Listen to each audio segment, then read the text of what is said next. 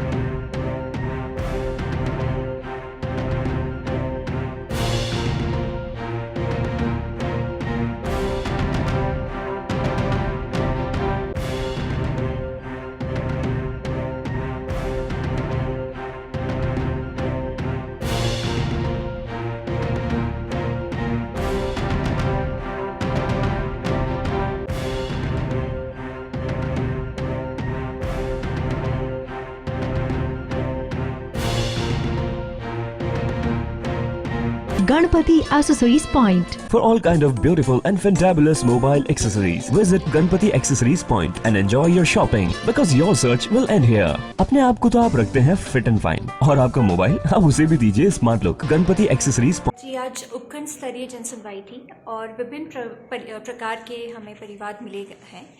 मूलतः जो कंप्लेन आई है, एक तो मेजर जो किसानों की अभी कंसर्न है वो है कि जो ऑनलाइन जमाबंदी है वो नहीं निकल पा रही है क्योंकि पोर्टल अभी काम नहीं कर रहा है। तो उसके विषय में हमने आगे गाइडेंस लेने का निर्णय लिया है ताकि समस्या अंतरम रूप तक हम उसको कुछ समाधान निकाल सकें। साथ ही साथ कुछ समस्याएं आई हैं सफाई से रिलेटेड।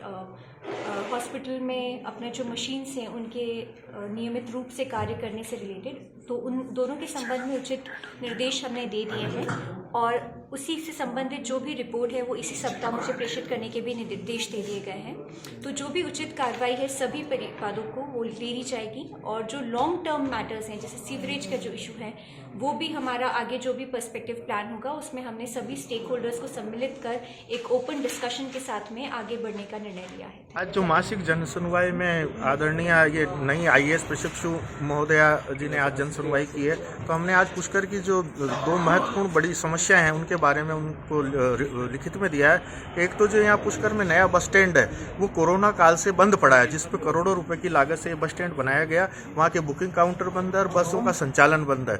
दूसरी ओर जो बसें अजमेर से नागौर के वाया पुष्कर जाती है वो बसें सारी की सारी बाईपास से निकल जाती है मात्र 8-10 बसों को छोड़ के, और पुष्कर के यात्रियों को इन सरकारी राजस्थान पथ परिवहन की बसों में बैठाया ही नहीं जाता है और ये बसें सारी बाईपास से निकल जाती है। तो पुष्कर में जो रोज 10,000 8-10,000 यात्री आते हैं, पुष्कर की आबादी 30,000 की है, ये लोग अपने निजी सरकारी कार्यों से अजमेर पुष्कर आते जाते हैं, उनको कितनी भारी दिक्कत होती है। और जब ज़्यादा इस तीर्थ स्थल पे भीड़ होती है तो प्राइवेट वाहन है वो लूटमार मचा देते हैं। 100 रुपये 50 रुपये किराया अजमेर पुष्कर के बीच में हो जाता है, क्योंकि सरकारी बसें जब आएगी नहीं पुष्कर तो प्राइवेट लोगों की पोवारा हो जाती है। तो ये इस बात को लेके हमने आदरणीय प्रशिक्षु IAS जी से निवेदन किया है, ये जो नया बस स्टैंड बंद पड़ा है वो राजस्थान पथ परिवहन से वापस चालू करवाया जाए, बुकिंग काउंटर वापस खुलवाया जाए और चालकों परिचालकों की मनमर्जी और जो चल रही है उपेक्षा उनको पाबंद किया जाए कि वो पुष्कर की सवारियों को सरकारी वाहन में बैठाएं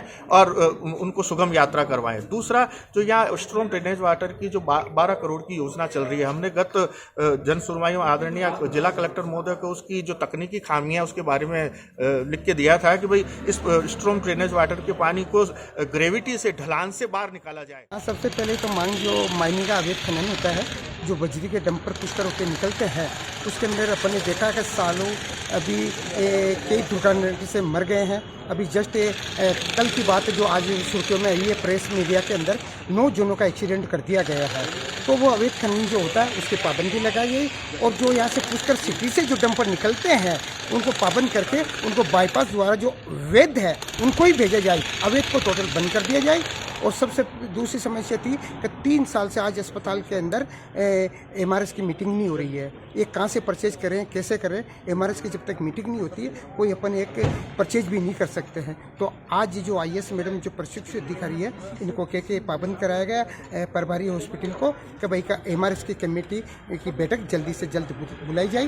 और तीसरा मेजर ये था कि पुष्कर की जो सड़कें थी PWD द्वारा उन्हें इंटरेस्ट नहीं लेकर 70% सड़कें बना दी, 30% जो सड़कें जो नहीं बनाई है उसको अतिशीघ्र बना के और जो क्वालिटी से सड़कें नहीं बनी है उसकी जांच करके मेरे को रिपोर्ट करें, ये IAS मैडम का कहना है।